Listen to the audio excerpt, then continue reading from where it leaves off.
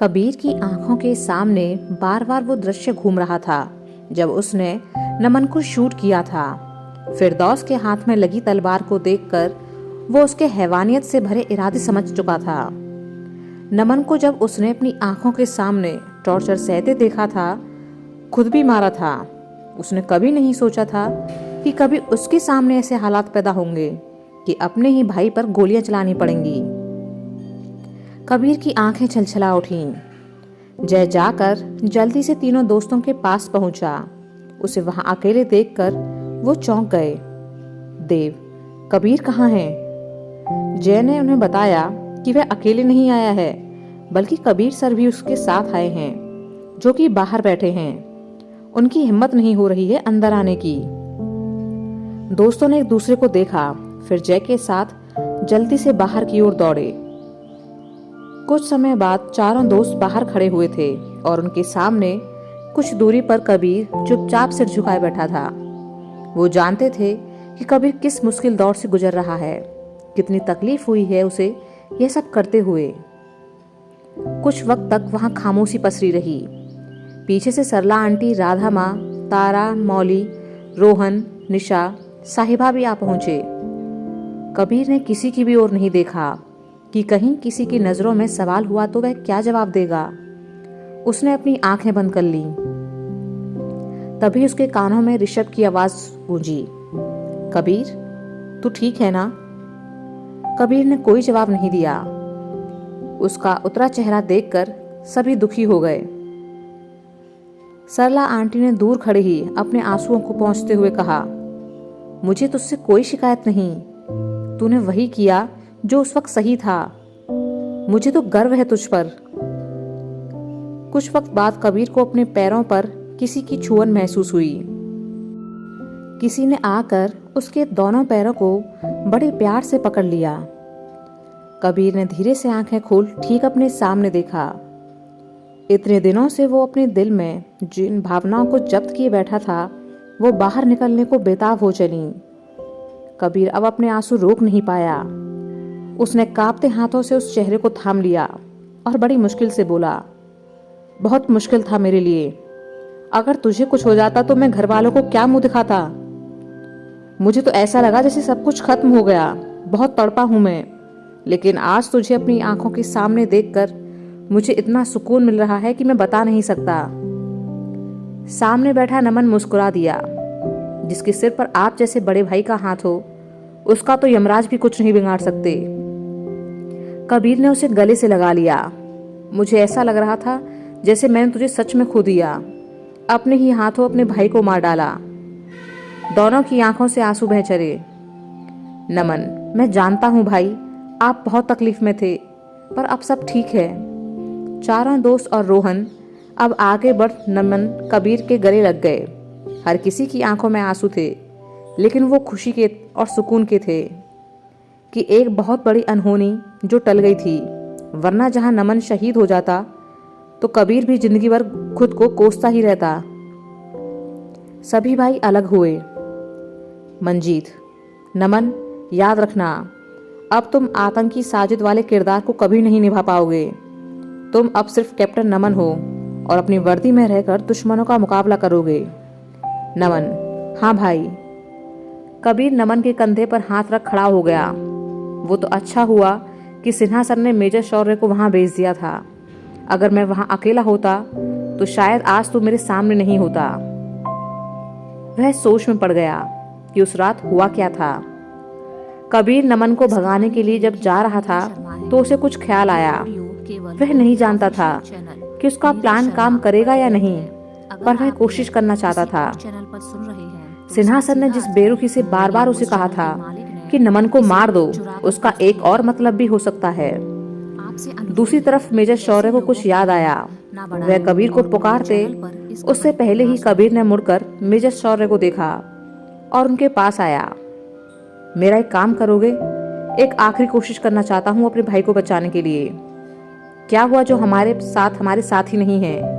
हम दो भी इन जैसे हजारों के बराबर हैं। मेजर शौर्य, जानता हूँ, कहो, मैं तुम्हारी क्या मदद कर सकता हूँ? एक सोल्जर की जान बचाने के लिए मैं कुछ भी करने को तैयार हूँ। कबीर, क्या तुम्हारे पास नकली बुलेट्स हैं? मेजर शौर्य ने अपने कुर्ते की जेब में हाथ डाला। हाँ हैं, मैं रखकर चला था। कबीर को थोड़ी राहत मिली। मैं नमन को भगाने जा रहा हूँ, उसे अपनी गन दे दूंगा। तुम तब तक एक गन का इंतजाम कर लेना और मौका मिलते ही उसमें नकली बुलेट्स डाल देना। नमन अगर भागने में कामयाब रहा तो ठीक है, वरना। मेजर शौर्य, वरना? कबीर, अगर लगा कि वह पकड़ा जाएगा तो मैं उसे नकली बुलेट्स वाली तुम्हारी गन से शूट कर दूंगा। अगर किस्मत अच्छी रही तो सब सही होगा। मेजर शौर्य, ये भी तो हो सकता है कि वो लोग तुमसे पहले नमन को शूट कर दें, या उन्हें पता चल जाए कि नमन मरा नहीं जिंदा है, तो नमन के साथ तुम भी पकड़े जाओगे। बहुत रिस्क है मेजर। कबीर, अब यह खतरा तो उठाना ही होगा। मैं बस हाथ पर हाथ रखे नहीं बैठ सकता। क्या पता उन लोगों को लगे कि वह सच में मर गया है। मेजर शौर्य मुस्कुरा दिए। अब समझ में आया कि तुम सिन्हा सर के चहेते क्यों हो। तुम्हारे पास हर मुश्किल का हल होता है और तुम्हारी सिन्हा सर की सोच कितनी मिलती है। कबीर, मतलब? मेजर शौर्य, सिन्हा सर ने जब मुझे यहाँ भेजा था तो उन्होंने कहा था कि शायद नईम के मरने के बाद नमन की जान को खतरा बढ़ जाए, इसलिए तुम जाकर कबीर की मदद करो, और उन्होंने ही मुझे नकली बुलेट्स अपने साथ ले जाने के लिए कहा था। तुमने उनकी बात का सही मतलब पकड़ा है। कबीर, क्योंकि सर जानते थे कि मैं इतनी आसानी से अपनी हार कबूल नहीं करूंगा। वह तंबू के अंदर चला गया। नमन जब भागने से पहले कबीर के गले लगा तो उसने नमन से कहा, अगर तू पकड़ा गया तो कोशिश करूंगा कि सबसे पहले मैं तुझे शूट करूं, तब तू आतंकवादियों के सामने मरने की एक्टिंग करना। एक बार उन्हें विश्वास हो गया कि तू नहीं रहा तो तुझे यहां से बाहर निकालने में आसानी होगी। प्लान के मुताबिक ही मेजर शौर्य ने फिरदौस से गन मांगी थी कि बाद में जब कबीर नमन को शूट करे तो फिरदौस को जरा सा भी शक ना हो कि बुलेट्स नकली हैं, क्योंकि गन तो उसकी दी हुई थी। जब सभी नमन को ढूंढने के लिए निकल पड़े और कबीर शौर्य तंबू में अकेले रह गए, तब मेजर शौर्य ने जल्दी से गन की बुलेट्स बदल दी। दोनों फिर नमन को ढूंढने भागे। उन्हें डर था कि कहीं उनसे पहले वो किसी को या फिर फिरदौस को मिल गया तो मारा जाएगा। दोनों जब नमन के पास पहुंचे तो कबीर की नज़र फिरदौस पर गई, जिसने अपनी गन लोड कर ली थी। यह देख उसने बड़ी फुर्ती से मेजर शौर्य से उसकी गन लेकर नमन को शूट कर दिया, लेकिन इस दौरान भी उसका दिल जोरों से धड़क रहा था। हाथ कांप रहे थे कि कहीं फिरदौस नमन को पकड़ ना ले और उसे खत्म ना कर दे। भले ही बुलेट्स नकली थी, लेकिन भाई तो असली था, एहसास भी तो असली ही थे। फिरदौस ने जब नमन को चेक किया तो उसने अपनी सांसें रोक ली थी। वो एक ऐसी सिचुएशन थी जहां प्लान में जरा सी भी चूक नमन के साथ साथ कबीर की जान पर भारी पड़ सकती थी। कबीर नहीं जानता था कि ये प्लान काम करेगा या नहीं, लेकिन भगवान की दुआ से सब सही रहा। जब तक नमन बेस नहीं पहुंच गया, उसकी सलामती की खातिर कबीर टेंशन में रहा। अभी भी वह सोच रहा था कि घर पर जब सभी को पता चलेगा कि उसने नमन को शूट किया तो वो सब क्या सोचेंगे। फिरदौस के इशारे पर मेजर शौर्य कुछ आतंकियों के साथ नमन को अपने साथ ले आया और बेस के बाहर छोड़ गया। वह पहले ही सिन्हा सर को बता चुका था कि नमन के साथ क्या हुआ है। उन लोगों के जाने के बाद चारों दोस्त नमन को अपने साथ ले गए। फिर जरूरी ट्रीटमेंट करवाकर देव, ऋषभ और मंजीत उसे अजमेर ले आए। नमन अभी भी कमजोर था, वह पूरी तरह से ठीक नहीं हुआ था। कबीर ने अब नमन की तरफ देखा। मैं बस एक बार तुझे सही सलामत देखना चाहता था, ताकि मुझे विश्वास हो सके कि मेरा भाई ठीक है। आज जब तुझे मैंने एकदम सही सलामत देखा तो मैं बता नहीं सकता कि कितना खुश हूँ। अगर तुझे कुछ हो जाता तो मैं जिंदगी भर खुद को माफ नहीं कर पाता। राधा माँ अपने आंसू पोंछते हुए उन सभी के पास आईं। जो बुरा दौर था वो गुजर चुका है। अब ये रोना धोना बंद करो और नमन को सारे लोग जल्दी से तैयार करो। अब तो कबीर भी आ गया है, तो किसका इंतजार है तुम लोगों को? नमन, तू कितना इंतजार करवाएगा मुग्धा से? बेचारी कब से तैयार बैठी है सज धज कर। ऋषभ, हाँ हाँ, जा रहे हैं हम ग्रेट लेडी। सब पता है हमें कि अपने लाडले बेटे को अकेले में लाड़ लड़ाना चाहती हो।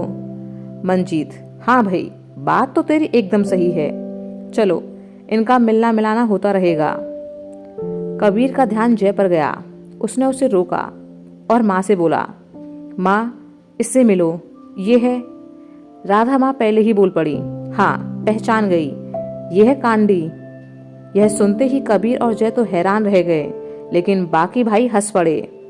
नमन, ऋषभ, देव और मंजीत तीनों भाइयों ने जय की शरारतों के सारे कच्चे चिट्टे खोल दिए हैं। सभी जोर से हंसने लगे। जय झेप कर रह गया। मौली आगे बढ़कर बोली, ज्यादा फील नहीं करो जय, क्योंकि यहाँ सबके कुछ ना कुछ नाम है। जैसे कोई भोला भंडारी है तो कोई रावण, कोई देवदास है तो कोई बैल बुद्धि।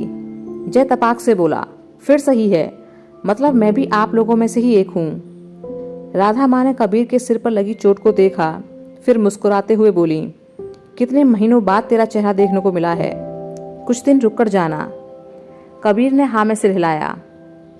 मौली साहिबा, रोहन और बाकी सभी से मिलने के बाद कबीर ने अंश का पूछा तो पता चला कि वह बच्चों के साथ खेल रहा है। कबीर और तारा खामोश से दूर से ही एक दूसरे को देख रहे थे। राधा माँ ने निशा को कबीर से मिलवाया। एक बार को तो कबीर को भरोसा ही नहीं हुआ कि निशा इतनी बड़ी हो गई है। निशा ने भी चिढ़कर कह दिया, मुझे भी विश्वास नहीं होता कबीर कि तुम इतने बड़े कैसे हो गए। देव ने जय को सभी से मिलवाया। तारा से मिलकर जय बोला, तो आप हैं वो जिनका नाम ले लेकर सभी कबीर सर को छेड़ते हैं। बाकी का तो छोड़ो, कई बार सीओ सर ने भी आपका नाम ले कबीर सर को शर्माने पर मजबूर कर दिया। सभी जोर से हंसने लगे। सरला आंटी, चलो सभी अंदर अब। और तारा, तुम जल्दी से कबीर को ले आओ, इसे भी तैयार करना है। फिर इसके बाद सारे भाइयों को, नमन को भी तैयार करना है। सभी अंदर चले गए। मौली सबसे पीछे थी कि कबीर ने उसे रोका, कैसी है मेरी दोस्त। मौली वापस लौट कर आई और कबीर के गले लग गई, अच्छी हूँ, पर पहले अपनी तारा को संभालो, पिछले कई रोज से परेशान है तुम्हारे लिए। बाद में हम दोनों बैठकर खूब गप्पे लड़ाएंगे। मौली अंदर चली गई। तारा अब गुस्से से कबीर के पास आ खड़ी हुई। कबीर कुछ कहता कि वह उसका हाथ पकड़ अपने साथ ले चली। कबीर, तारा बात तो सुनो। तारा, पहले अपने घर चलो, तैयार होकर वापस यहाँ नमन के घर आना है। तारा के तेवर देख कबीर समझ गया कि आज तो पक्का डांट लगने वाली है। उधर क्वार्टर पर सुनी को ऋषभ की बहुत याद आ रही थी। वह बस एक बार उसकी आवाज सुनना चाहती थी। क्या करें, एक तो उनकी डांट खाने की आदत और पड़ गई है हमें। वह अभी सोच ही रही थी कि उसकी नजर अपने फोन पर पड़ी। सुनी के चेहरे पर मुस्कुराहट तैर गई।